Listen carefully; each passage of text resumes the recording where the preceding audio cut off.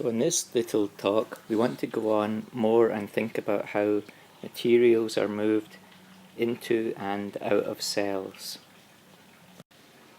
So the four topics that we'll look at are a quick review of simple diffusion and osmosis, and then thinking about what facilitated diffusion means as a special kind of diffusion, and then a look at what we call active transport.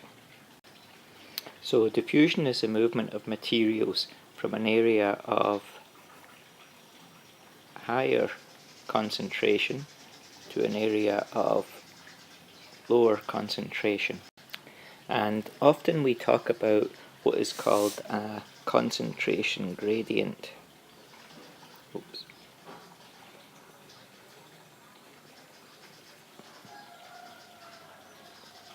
So this diagram here shows a concentration gradient. So we have high concentration here and low concentration here.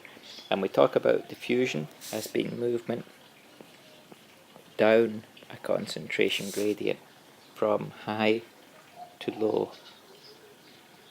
It's important to realise that this is what we call a passive process, and what that means is that there's no energy is needed for this. So diffusion is a process which moves things from high to low concentrations, and no energy is needed by the cell to do this. This is a picture of a cell membrane, and we can see that the cell membrane has layers of lipid molecules, and two layers, one shown here, the sheet on top, and another one shown here on the bottom. And because of these two layers, cell membrane is sometimes described as a lipid bilayer, bi meaning two. And also in this we have protein molecules, and these proteins can form channels through the membrane through which things can pass. Now, a thing to realise is that small molecules, like these red ones here, which I mean to be like oxygen, or blue ones here, water, can pass through the membrane.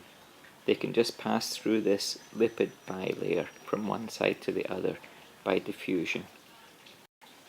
But big molecules, and I've drawn these ones here to show I represent sugar, they can't just pass through the lipid bilayer. They're too big for that. So these big molecules have to pass through by a process we call facilitated diffusion. Diffusion helped by something else. So this picture here is trying to show facilitated diffusion. So you can see on the outside of cells these molecules shown by the squares, and there are protein channels in the membrane, in the lipid bilayer. So if you look at this, is this movement up or down a concentration gradient?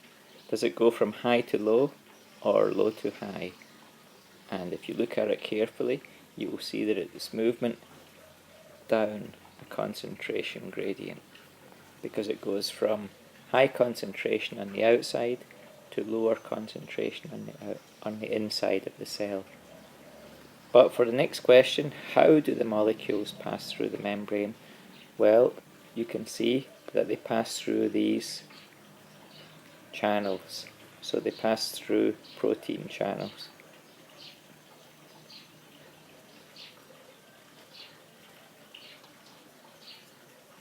And this passage of things through protein channels from high to low concentration is called facilitated diffusion. And cells use that to transport things like sugar into the cells. And importantly, no energy is needed for this process. It's diffusion, it's a passive process, doesn't need energy. This next picture shows the process of active transport, and it looks a little bit similar to facilitated diffusion. We have our cell membrane, we have a protein channel, but the difference with active transport is that we can move things from low concentration, for example on the outside of the cell here, to a higher concentration on the inside of the cell. and movement, as in facilitated diffusion, movement is through the protein channels. So this is like a bit like pushing something uphill. It needs energy. So we can write here that the cell needs energy to carry out this active transport, and that's really why it's called active transport. And in cells, it's not very important for us, but the form of energy that it uses is energy in a chemical called ATP. I only show you this because you may come across it in videos that may mention this chemical. For us in grade 7, this is not so important. The last kind of active transport I want to talk about is the special case of ways of transporting things which are called endocytosis and exocytosis. And these are used for transporting very big things like big molecules or even whole cells or particles into cells or out of cells. And the way that endocytosis and exocytosis work is shown in this picture here. So here we have endocytosis. Endo means moving into the cell. Endo, you think it sounds a bit like enter. Exocytosis is moving out of the cell. Exo, exit. And so here's a picture of endocytosis.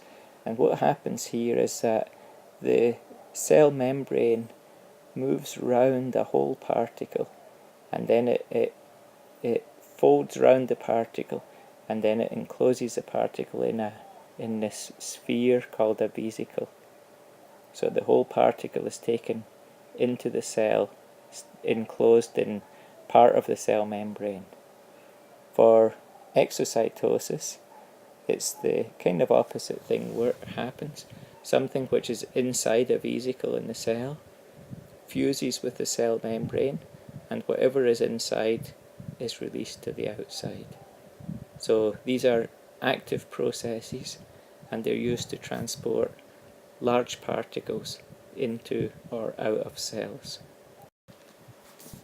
So we can summarize all of this by saying that there are really two big groups of transport, ways of moving things into and out of cells. Passive transport, which means no energy is needed. So we have simple diffusion from high concentration to low concentration. We have osmosis, which is a special case of diffusion of water through the selectively permeable membrane. And then we have facilitated diffusion, which is diffusion through the membrane with the help of protein channels.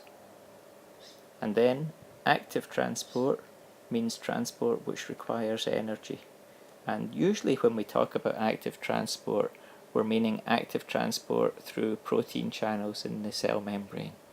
But we also have endocytosis and exocytosis, which involves part of the cell membrane folding round a particle, or part of a vesicle membrane fusing with the cell membrane to take things into the cell or out of the cell. And these are also active processes.